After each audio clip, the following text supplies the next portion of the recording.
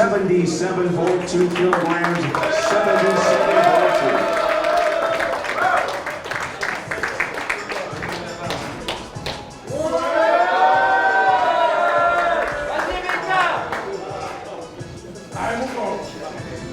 And all French affair in tomorrow night's Aris 10 featured bout. Our main event features Francis Carl Amazou and Francis Michael Labou, scheduled for 3 rounds in the Aris welterweight division.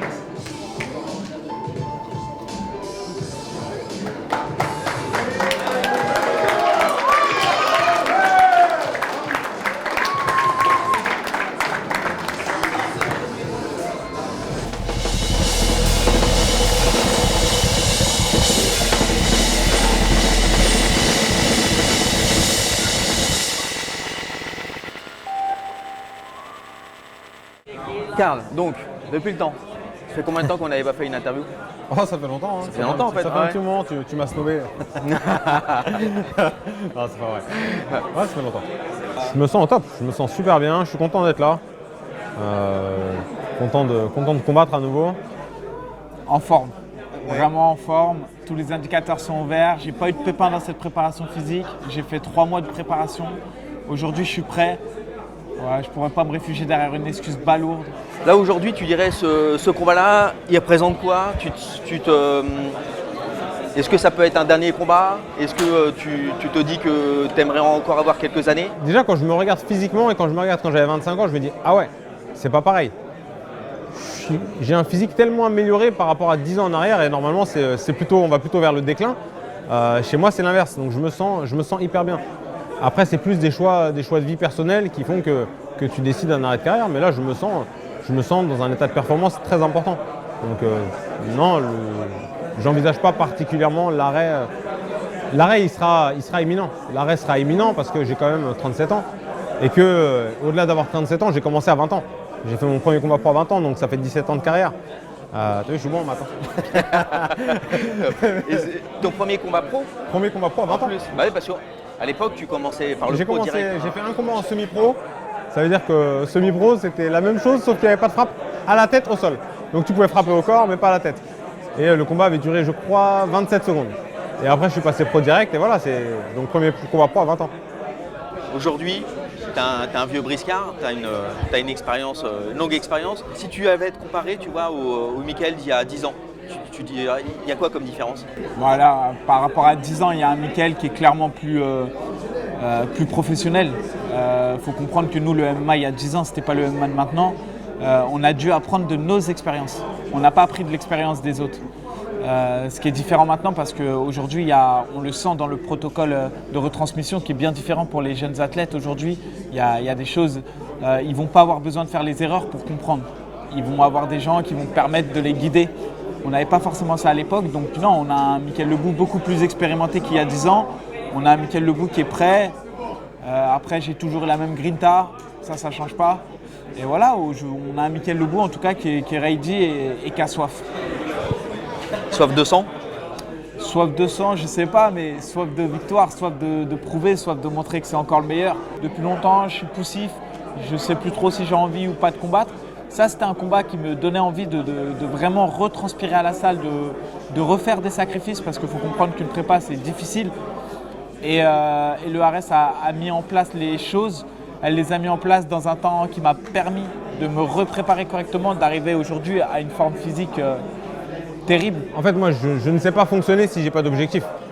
Donc, dès le début, c'était à l'époque, je voulais être champion du Pride, et puis après, je voulais être champion de l'UFC. Voilà, c'était ça le but. Tout n'a pas été atteint. Dans le Pride, ça n'aurait pas pu arriver puisque le Pride a disparu quelques années après mes débuts. Mais l'UFC a longtemps été un rêve. Et puis je me suis fait une raison à un moment donné, et c'est cool. Et c'est cool. Je reste pas bloqué là-dessus. C'est dommage, c'est un regret, mais j'ai accompli tellement de choses, plus que la plupart des combattants français, enfin, que la grande majorité des combattants français, et je suis hyper fier de ma carrière. Ce combat aurait pu se faire plus tôt, évidemment. Est-ce que tu es content finalement qu'il se fasse seulement maintenant, en France, dans les règles du MMA, tu vois, il aurait pu se faire plus tôt en Pancrace, peut-être en France, quoique non, remarque, non, c'est vrai. Non. Je pense que le combat, il arrive, il n'aurait pas pu être fait 2 ans en avant, quoi. Il aurait pu être fait depuis la légalisation en France, oui, parce qu'on arrivait à un stade de nos carrières où on cherchait plus forcément la performance internationale et qu'il n'avait pas pour ambition d'aller à l'UFC, j'avais pas pour ambition d'y retourner. Et donc voilà, mais à l'époque, c'était un combat qui était inutile dans le sens où on avait 2 Français qui performaient à haut niveau. Et l'idée de faire opposer 2 Français dans une organisation étrangère, ça n'avait aucun sens. Et par exemple, aujourd'hui, maintenant, c'est encore un exemple que je prends, mais on a Faresiam et Benoît Saint-Denis qui évoluent tous les deux à 70 kg à l'UFC. Ce combat n'aurait aucun sens. Aujourd'hui, c'est 2 gars qui performent, qui représentent fièrement la France. Pourquoi les faire affronter ? Laissons-les faire, il y a tellement de combattants internationaux. Donc non, je pense que le combat s'inscrit dans la temporalité qu'il devait. Excellente réponse, d'autant que la question était super bidon, et mal formulée en tout cas. Donc la question est excellente, surtout par rapport à la réponse. L'UFC, ça a été dur de faire le deuil dessus ou pas ? Oui, ça a été dur, mais ça s'est fait progressivement parce que on y croit toujours. Et d'ailleurs, le combat contre Abdul en tout cas, avait été un peu vendu comme la porte d'entrée à l'UFC. Puis bon, finalement, on a vu que ni pour lui ni pour moi, ça n'a fonctionné. Alors qu'il était quasiment garanti que celui qui gagnerait cet affrontement irait à l'UFC. Et puis au final, Abdul il va défendre la ceinture d'Ares. Et puis moi, de toute façon, j'ai perdu, donc je n'allais pas aller à l'UFC après une défaite. Mais ce que je veux dire, c'est que j'ai un peu laissé mes dernières chances là-dedans. Et puis c'est OK. Je suis en paix avec ça. C'était un risque, c'était un gros challenge. Et j'aurais pu continuer, prendre 3-4 gars juste bons et m'assurer une fin de carrière tranquille avec 3-4 victoires. Puis j'ai décidé de prendre un gros risque en prenant le gars qui est le numéro 1 dans la KT. Ça me plaît. J'aime prendre les mecs les plus forts parce que je considère que je suis toujours l'un des plus forts. Je l'ai toujours été dans la KT en tout cas. Je suis le combattant le mieux classé de tous les temps en welterweight en France. Donc, jusqu'à ce jour, même Abdul aujourd'hui, il est classé aux alentours de la 70e place. Moi, je suis toujours loin devant, en tout cas par rapport à mon classement de l'époque, à la 24e. Ce qui ne veut pas dire que je suis meilleur qu'Abdul aujourd'hui, attention, avant que ce soit sorti de son contexte, parce que je connais les réseaux sociaux, donc j'anticipe déjà. Voilà, salut les réseaux sociaux. Donc non, mais aujourd'hui, il faut faire attention à tout ce que tu dis, parce qu'on va prendre un petit bout et puis on va l'interpréter différemment. Donc tout ça pour dire que moi, j'ai marqué la catégorie de mon empreinte, clairement. Ça pourrait être ton dernier combat, ou en tout cas un de tes derniers. Tu parlais justement de ta motivation. Clairement, ça pourrait être l'un des derniers parce qu'il y a peu de choses que je n'ai pas fait dans ma carrière. Il y a peu de choses que je me dis, putain, j'ai encore ça à faire. Et aujourd'hui, j'ai tout fait. Aujourd'hui, je combats dans une grosse salle parisienne, je suis main event. L'organisation est belle. La logistique mise en place est digne des grosses organisations. J'ai combattu dans plus d'une trentaine d'organisations. On a aujourd'hui une logistique qui est belle, qui est mise en place par le ARS, qui rayonne sur le plan médiatique parce que vachement suivi. Donc, et j'affronte pour la cerise sur le gâteau, encore comme je disais, Carlos. Donc ça va être un beau combat entre... Ouais, ça va être 2 légendes qui s'affrontent dans le MMA. Qu'on le veuille ou pas, je le dis sans prétention, moi je pense avoir écrit ma légende. Alors c'est pas le parcours que certains vont rêver, c'est clair, il y a mieux. Hein. Il y en a certains qui ont fait mieux, qui feront mieux et je l'espère. Mais j'ai fait des choses extraordinaires dans ce milieu, Carl aussi, par le passé. Aujourd'hui, on a 2 figures emblématiques du MMA qui s'affrontent. En main event du Dôme de Paris. Sincèrement, pour ceux qui suivent le MMA depuis longtemps, il y a de quoi combler beaucoup de personnes. Tu parlais de l'UFC, maintenant on a l'impression que vraiment le marketing il est super formaté, tu vois, il est lisse. Les combattants justement ils sont assez uniformes, même au niveau de leur style de combat, tu vois, ils commencent tous direct par le MMA, donc ils sont moins stylés, on va dire, entre guillemets, tu vois. Et par rapport au Pride, c'était encore plus marquant, tu vois, même s'il y avait des abus, s'il y avait des combats, des freak fights, tu vois, des combats de monstres. Quand même, on a l'impression qu'il y a quelque chose qui s'est un peu perdu avec le MMA. T'en penses quoi ? Oui, j'entends très bien ce que tu dis. Et puis moi, j'étais un amoureux du Pride. Vraiment, et le Pride, c'est vraiment le regret bien plus que l'UFC. L'UFC, c'est plus pour des raisons d'aller là où sont les meilleurs.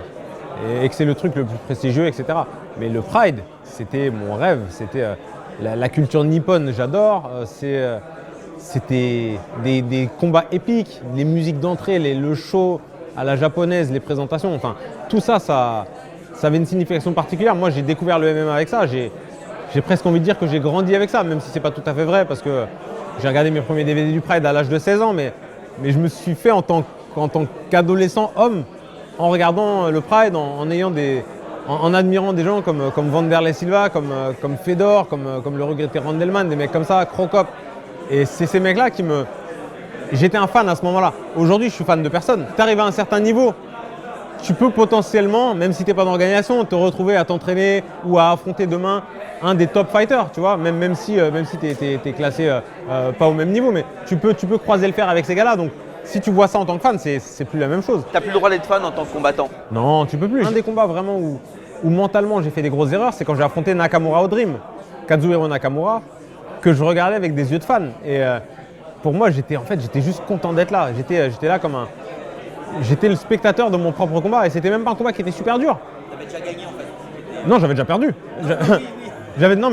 Alors j'avais gagné le fait d'être là, mais j'avais perdu justement par mon attitude parce que j'étais juste content d'affronter un mec comme ça qui avait affronté Wanderlei Silva, que j'ai regardé comme un gamin et il était bon, mais c'est un mec que vraiment à l'époque j'aurais dû battre.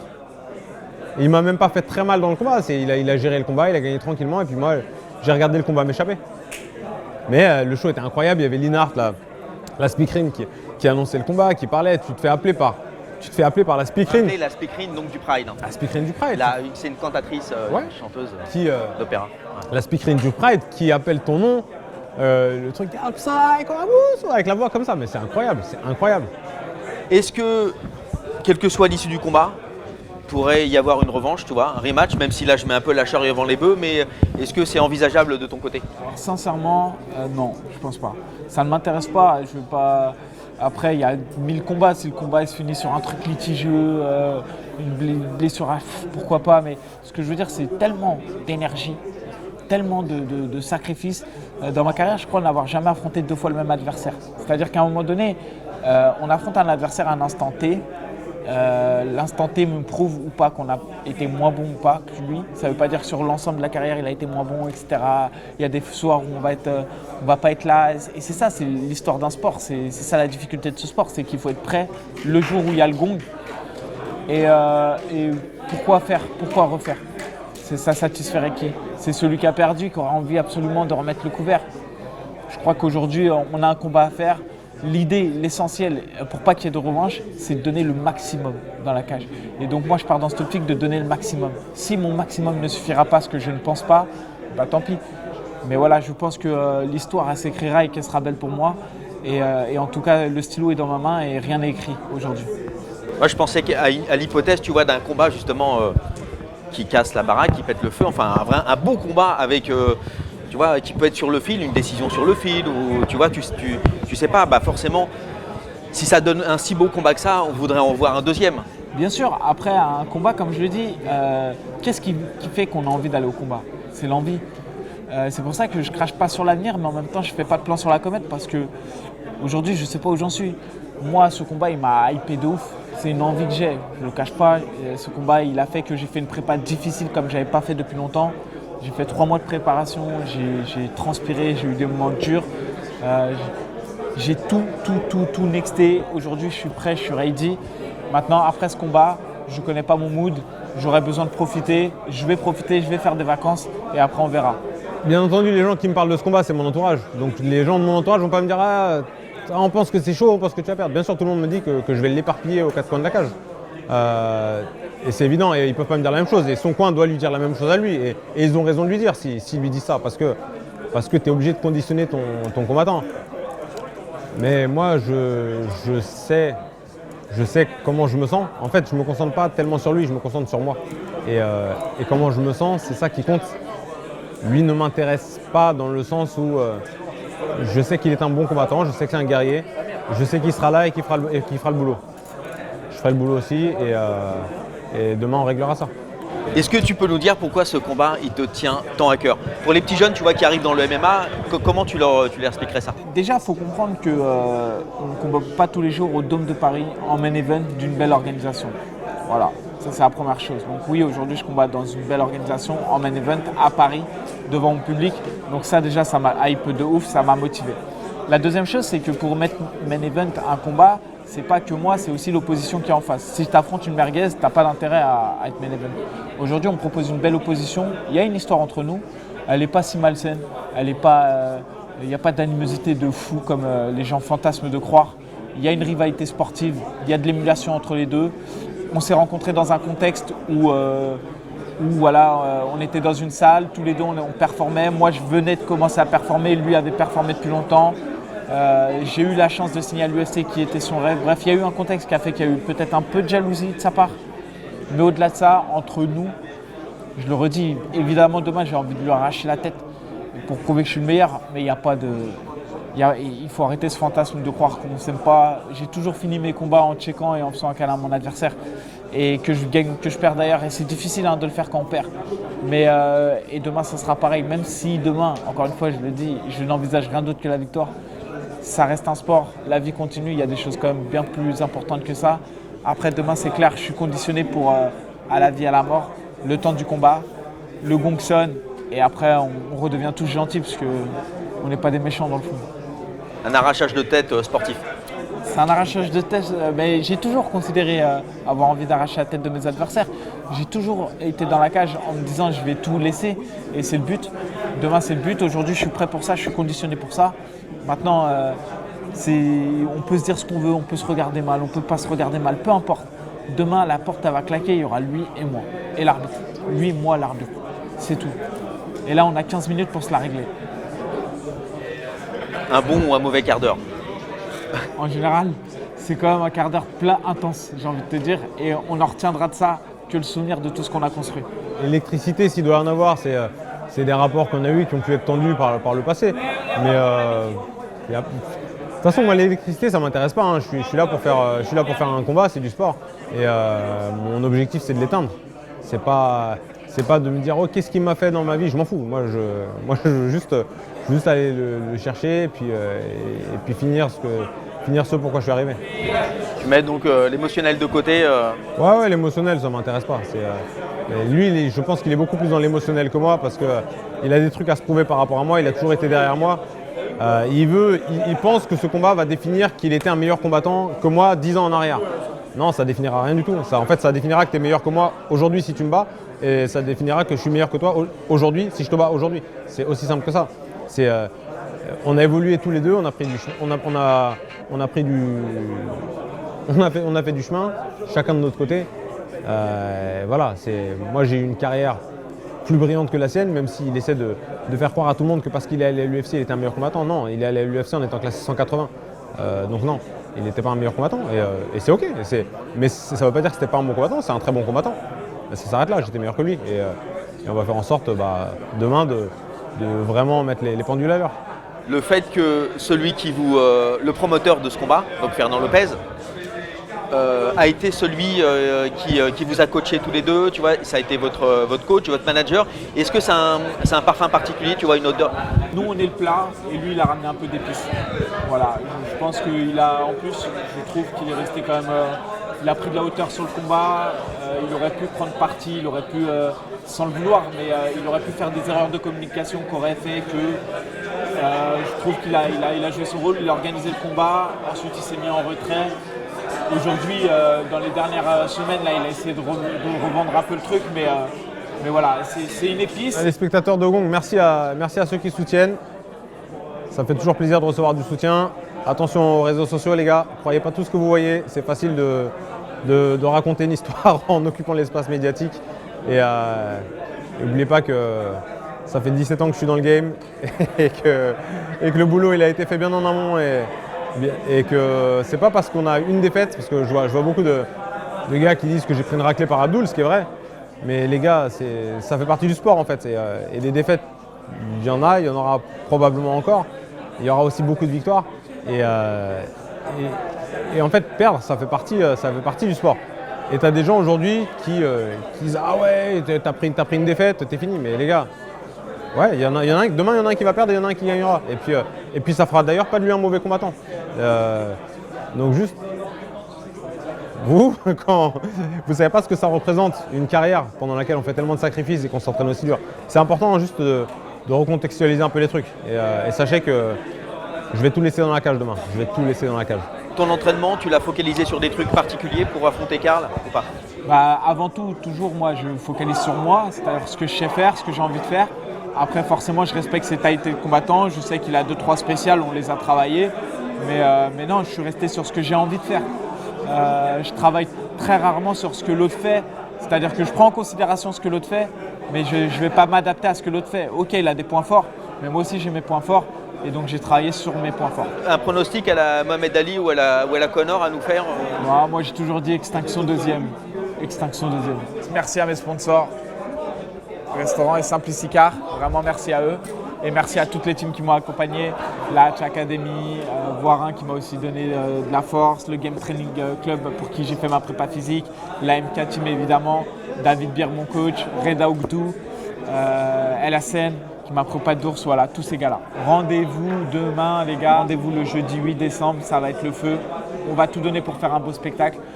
Pour ceux qui supportent les deux, vous serez forcément un peu déçus, forcément un peu tristes, mais ça sera un beau spectacle.